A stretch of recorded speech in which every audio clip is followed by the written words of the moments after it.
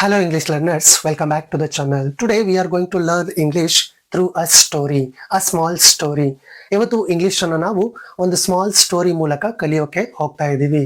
So English ಅನ್ನ ಕಲಿಯುವಾಗ small stories ಅನ್ನ ತಗೊಂಡು ಅವುಗಳನ್ನ ಓದಿ ಅರ್ಥ ಮಾಡ್ಕೊಳ್ಳೋದಕ್ಕೆ ಪ್ರಯತ್ನವನ್ನ ಮಾಡಿದಾಗ ನಮಗೆ ಒಂದಷ್ಟು ಹೊಸ ವರ್ಡ್ಸ್ ನ ಪರಿಚಯ ಆಗುತ್ತೆ. It helps to improve our vocab. ಇದರಿಂದ ನಮ್ಮ ಇಂಗ್ಲಿಷ್ ಪದಗಳ ನಾಲೆಡ್ಜ್ ಕೂಡ ಇಂಪ್ರೂವ್ ಆಗುತ್ತೆ. ಹೆಚ್ಚು ಇಂಗ್ಲಿಷ್ ವರ್ಡ್ಸ್ ಅನ್ನ ಕಲ್ತ್ಕೊಂಡಷ್ಟು ನಮ್ಮ ಡೈಲಿ ಕಾನ್ವರ್ಸೇಷನ್ ಅಲ್ಲಿ ಆ ವರ್ಡ್ಸ್ ಅನ್ನು ನಾವು ಯೂಸ್ ಮಾಡೋದಕ್ಕೆ ಸಾಧ್ಯ ಆಗುತ್ತೆ. ಇದು ನಮ್ಮ ಇಂಗ್ಲಿಷ್ ಫ್ಲೂಯೆನ್ಸಿಯನ್ನ ಇಂಪ್ರೂವ್ ಮಾಡ್ಕೊಳ್ಳೋದಕ್ಕೂ ಬಹಳ ಹೆಲ್ಪ್ ಆಗುತ್ತೆ. So without making any further delay, let's focus on today's story.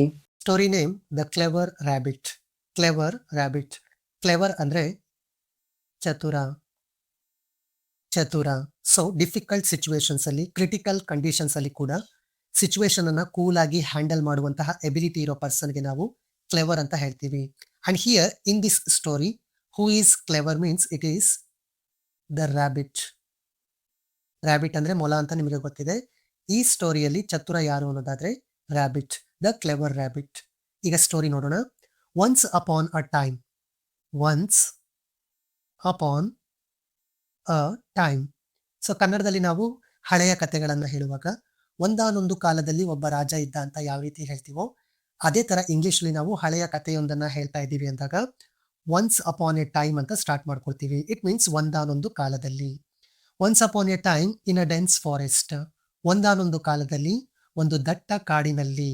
So dense, dense ಅಂದ್ರೆ ದಟ್ಟ, ದಟ್ಟವಾದ.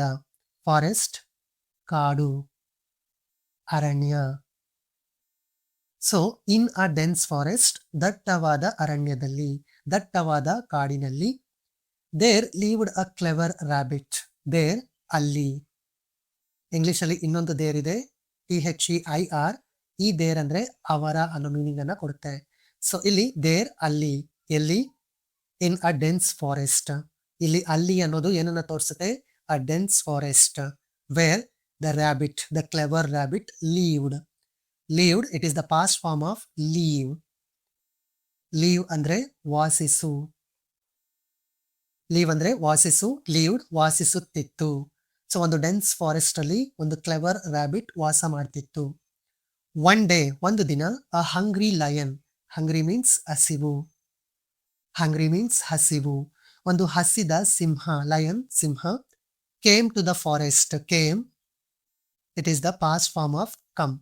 ಸೊ ಆ ಕಾಡಿಗೆ ಒಂದು ಹಸಿದ ಸಿಂಹ ಬರುತ್ತೆ. And wanted, wanted is the past form of want. Want, want ಅಂದ್ರೆ ಬಯಸು, ಬಯಕೆ. ಸೊ ವಾಂಟೆಡ್ ಬಯಸಿತ್ತು. ಸಿಂಹ ಕಾಡಿಗೆ ಬರುತ್ತೆ. And it wanted to catch. ಅದು ಏನನ್ನ ಬಯಸುತ್ತೆ ಅಂದ್ರೆ ಟು ಕ್ಯಾಚ್. ಕ್ಯಾಚ್ ಮೀನ್ಸ್ ಹಿಡಿ. To catch the rabbit. Rabbit ಅನ್ನ ಹಿಡಿಬೇಕು ಅಂತ ಬಯಸುತ್ತೆ. Because the lion was hungry. ಲಯನ್ಗೆ ಹಸಿವಾಗಿತ್ತು. So it wanted to catch the rabbit. ಹಸಿವಾಗಿದ್ರಿಂದ ಮೊಲವನ್ನ ಹಿಡಿಬೇಕು ಅಂತ ಬಯಸಿತ್ತು. The rabbit thought of a plan and said. ರ್ಯಾಬಿಟ್ಗೆ ಲಯನ್ ಏನಕ್ಕೆ ಬಂತು ಅಂತ ಗೊತ್ತಾಗಿದೆ. ತನ್ನ ಪ್ರಾಣವನ್ನ ಉಳಿಸ್ಕೊಳ್ಳೋದಕ್ಕೆ ರ್ಯಾಬಿಟ್ ಒಂದು ಪ್ಲಾನ್ ಅನ್ನ ಮಾಡುತ್ತೆ. ಪ್ಲಾನ್ ಮೀನ್ಸ್ ಯೋಜನೆ ಅನ್ನೋ ಅರ್ಥವನ್ನ ಕೊಡುತ್ತೆ. ಬಟ್ ಇಲ್ಲಿ ಈ ಸ್ಟೋರಿಯಲ್ಲಿ ಪ್ಲಾನ್ ಅನ್ನೋ ವರ್ಡ್ ಯಾವ ಕಾಂಟೆಕ್ಸ್ಟ್ ಅಲ್ಲಿ ಯೂಸ್ ಆಗಿದೆ ಅಂದ್ರೆ ಉಪಾಯ, ಅಥವಾ ನಾವೇನು ಐಡಿಯಾ ಅಂತ ಹೇಳ್ತೀವಿ ಆ ಕಾಂಟೆಕ್ಸ್ಟ್ ಅಲ್ಲಿ ಇಲ್ಲಿ ಪ್ಲಾನ್ ಅನ್ನೋ ವರ್ಡ್ ಅನ್ನ ಯೂಸ್ ಮಾಡ್ಕೊಂಡಿದ್ದಾರೆ. So the rabbit thought of an idea or plan and said, ಹೇಳುತ್ತೆ ಏನಂತ? O mighty lion. Mighty means ಬಲಶಾಲಿ. ಓ ಬಲಶಾಲಿ ಸಿಂಹ, ಮೈಟಿ ಲಯನ್. ಸೊ ಈ ಮೈಟಿ ಅನ್ನೋ ವರ್ಡ್ ಅನ್ನ ಒಂದು ಸೆಂಟೆನ್ಸ್ ಅಲ್ಲಿ ಯೂಸ್ ಮಾಡೋಣ. He was a mighty king. ಅವನೊಬ್ಬ ಬಲಶಾಲಿ ರಾಜನಾಗಿದ್ದ. India has a mighty army. ಭಾರತ ಒಂದು ಬಲಶಾಲಿಯಾದ ಸೇನೆಯನ್ನ ಹೊಂದಿದೆ. ಸೊ ಮೈಟಿ ಅನ್ನೋದನ್ನ ಈ ರೀತಿ ಯೂಸ್ ಮಾಡ್ಕೊಳ್ತೀವಿ. India has a mighty army. ಬಲಶಾಲಿ ಸಿಂಹವೇ. There is a bigger lion. So there is a bigger lion. There ಅಂದ್ರೆ ಅಲ್ಲಿ ಅಂತ ಆಗ್ಲೇ ಹೇಳ್ದೆ. THEIR ದೇರ್ ಅಂದ್ರೆ ಅವರ, THERE ದೇರ್ ಅಂದ್ರೆ ಅಲ್ಲಿ. There is a bigger lion. Big degrees of comparison ಅಲ್ಲಿ ಪಾಸಿಟಿವ್ ಆಗುತ್ತೆ, ಬಿಗ್ಗರ್ ಕಂಪ್ಯಾರಿಟಿವ್. ಎರಡು ವಸ್ತುಗಳನ್ನ ತಗೊಂಡಾಗ ಅವುಗಳನ್ನ ಕಂಪೇರ್ ಮಾಡಿ ಹೇಳುವಾಗ ಮೀನ್ಸ್ ಕಂಪ್ಯಾರಿಟಿವ್ ಡಿಗ್ರಿಯಲ್ಲಿ ನಾವು ಬಿಗ್ಗರ್ ಅಂತ ಯೂಸ್ ಮಾಡ್ಕೊಳ್ತೀವಿ. ಸ್ಮಾಲ್ ಅಂತ ಪಾಸಿಟಿವ್ ಆದ್ರೆ ಸ್ಮಾಲರ್, ಅದು ಕಂಪ್ಯಾರಿಟಿವ್ ಡಿಗ್ರಿ ಆಗಿರುತ್ತೆ. ಸೊ ಇಲ್ಲಿ ಕ್ಲೆವರ್ ರ್ಯಾಬಿಟ್ ಏನ್ ಮಾಡ್ತಾ ಇದೆ ಅಂದ್ರೆ ಈ ಸಿಂಹವನ್ನ ಮತ್ತೊಂದು ಸಿಂಹಕ್ಕೆ ಹೋಲಿಕೆ ಮಾಡ್ತಾ ಇರೋದ್ರಿಂದ ಅದು ಏನ್ ಹೇಳುತ್ತೆ ಅಂದ್ರೆ there is a bigger lion, ನಿನಗಿಂತ ದೊಡ್ಡ ಸಿಂಹ ಇದೆ. ಎಲ್ಲಿ? ಇನ್ ದ ವೆಲ್ ಮೀನ್ಸ್ ಬಾವಿ. ಸೊ ಅಲ್ಲೊಂದು ಬಾವಿಯಲ್ಲಿ ನಿನಗಿಂತ ದೊಡ್ಡ ಸಿಂಹ ಇದೆ. ಹೂ ಸೇಸ್, ಆ ಸಿಂಹ ಏನ್ ಹೇಳ್ತಿದೆ ಅಂದ್ರೆ ಹಿ ಈಸ್ ಸ್ಟ್ರಾಂಗರ್ ಮೀನ್ಸ್ ಆಲ್ಸೋ ಬಲವಾದ, ಬಲಶಾಲಿ. ಸೊ ಆ ಲಯನ್ ಏನ್ ಹೇಳ್ತಾ ಇದೆ ಅಂದ್ರೆ ಸ್ಟ್ರಾಂಗರ್ ದ್ಯಾನ್ ಯು, ನಿನಗಿಂತ ಸ್ಟ್ರಾಂಗ್ ಆಗಿದ್ದೀನಿ ಅಂತ ಹೇಳ್ತಾ ಇದೆ. ಸೊ ನೀನು ಬಲಶಾಲಿ ಅನ್ಕೊಂಡಿದ್ಯಾ, ಬಟ್ ಆ ಲಯನ್ ನಿನಗಿಂತ ಬಲಶಾಲಿ ಅಂತ ಆ ಸಿಂಹ ಹೇಳ್ತಿದೆ ಅನ್ನೋ ಮಾತನ್ನ ರ್ಯಾಬಿಟ್ ಸಿಂಹಕ್ಕೆ ಹೇಳಿದೆ. ದ್ಯಾನ್ ಅನ್ನೋದನ್ನ ನಾವು ಕಂಪ್ಯಾರಿಟಿವ್ ಡಿಗ್ರಿಯಲ್ಲಿ ಟೂ ಥಿಂಗ್ಸ್ ಅನ್ನ ಕಂಪೇರ್ ಮಾಡುವಾಗ ಯೂಸ್ ಮಾಡ್ಕೊಳ್ತೀವಿ. ಫಾರ್ ಎಕ್ಸಾಂಪಲ್,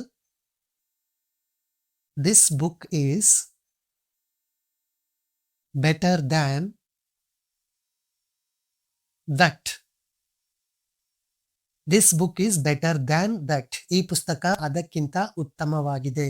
ಸೊ ಇಲ್ಲಿ ದ್ಯಾನ್ ಅನ್ನ ಯೂಸ್ ಮಾಡಿಕೊಂಡು ನಾವು ಎರಡು ವಸ್ತುಗಳಿಗೆ ಹೋಲಿಕೆ ಕಂಪೇರ್ ಮಾಡಿದೀವಿ. This book is better than that. ಅದೇ ತರ ಇಲ್ಲಿ ಸ್ಟೋರಿಯಲ್ಲಿ there is a bigger lion in the well who says he is stronger than you, ಅದು ನಿನಗಿಂತ ಬಲಶಾಲಿ ಅಂತ ಹೇಳ್ತಿದೆ ಅನ್ನೋ ಮಾತನ್ನ ಮೊಲ ಹೇಳುತ್ತೆ. ಸೊ ಮೊಲ ಈ ರೀತಿ ಹೇಳಿದಾಗ ಏನಾಗುತ್ತೆ ಅಂದ್ರೆ ಅದು ಆಬ್ವಿಯಸ್ಲಿ ಸಿಂಹದ ಈಗೋನ ಹರ್ಟ್ ಮಾಡುತ್ತೆ, ಸಿಂಹದ ಅಹಂಗೆ ಹರ್ಟ್ ಆಗುತ್ತೆ, ನೋವಾಗುತ್ತೆ. ಸರಿ, ಮುಂದೆ ಏನಾಯ್ತು ನೋಡೋಣ ಬನ್ನಿ.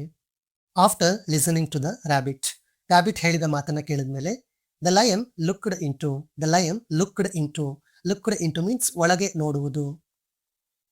ಸೊ ಕೆಲವೊಂದು ಟೈಮಲ್ಲಿ ನಾವು ಲುಕ್ಡ್ ಇಂಟು ಅಂದ್ರೆ ಗಮನಿಸಿ ನೋಡುವುದು ಅಂತ ಕೂಡ ಹೇಳ್ತೀವಿ. ಇಲ್ಲಿ ಲುಕ್ಡ್ ಇಂಟು ದ ವೆಲ್ ಅಂದ್ರೆ ಬಾವಿ ಅಂತ ಈಗಾಗಲೇ ಗೊತ್ತಾಗಿದೆ. ಸೊ ಸಿಂಹ ಬಾವಿ ಒಳಗೆ ನೋಡುತ್ತೆ. Looked into the well, looked into that matter, looked into that matter. So ಇಲ್ಲಿ ಲುಕ್ಡ್ ಇಂಟು ದಟ್ ಮ್ಯಾಟರ್ ಅಂದ್ರೆ ಆ ವಿಷಯವನ್ನ ಗಮನಿಸಿ ನೋಡು ಅನ್ನೋ ಅರ್ಥವನ್ನ ಕೊಡುತ್ತೆ. ಇಲ್ಲಿ ಲುಕ್ಡ್ ಇಂಟು ದ ವೆಲ್ ಅಂದಾಗ ಬಾವಿ ಒಳಗೆ ನೋಡುತ್ತೆ, ಗಮನಿಸಿ ನೋಡುತ್ತೆ.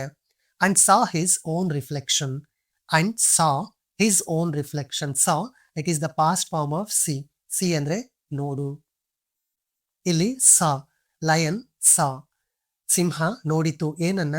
His own reflection.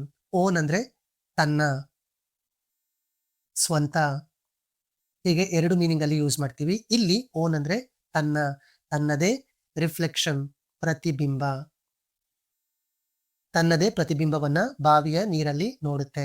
So the lion saw his own reflection in the well, ಸಿಂಹ ತನ್ನದೇ ಪ್ರತಿಬಿಂಬವನ್ನ ನೀರಲ್ಲಿ ನೋಡುತ್ತೆ.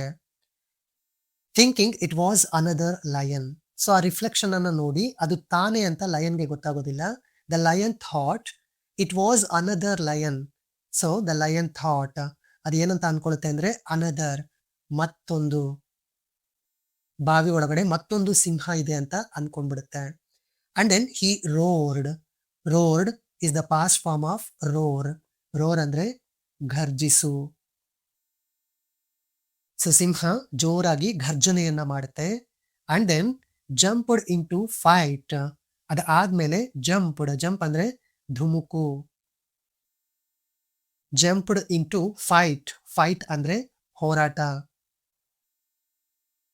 ಸಾಮಾನ್ಯವಾಗಿ ಹೇಳೋದಾದ್ರೆ ಫೈಟ್, ಕುಸ್ತಿ, ಜಗಳ, ಈ ಕಾಂಟೆಕ್ಸ್ಟ್ ಅಲ್ಲಿ ಕೂಡ ಯೂಸ್ ಮಾಡ್ತೀವಿ.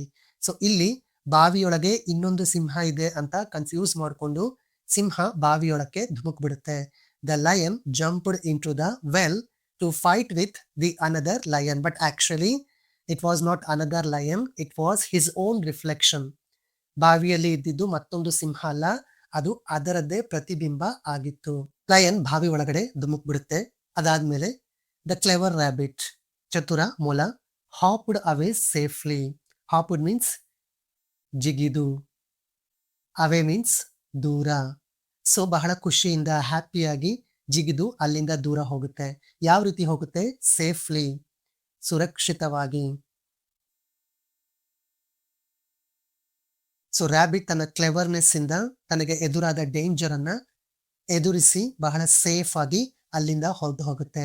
But who was trapped here, ಆದ್ರೆ ಇಲ್ಲಿ ಮೊಲದ ಬುದ್ಧಿವಂತಿಕೆ ಮುಂದೆ ಸಿಕ್ಕಾಕೊಂಡಿದ್ದು ಯಾರು?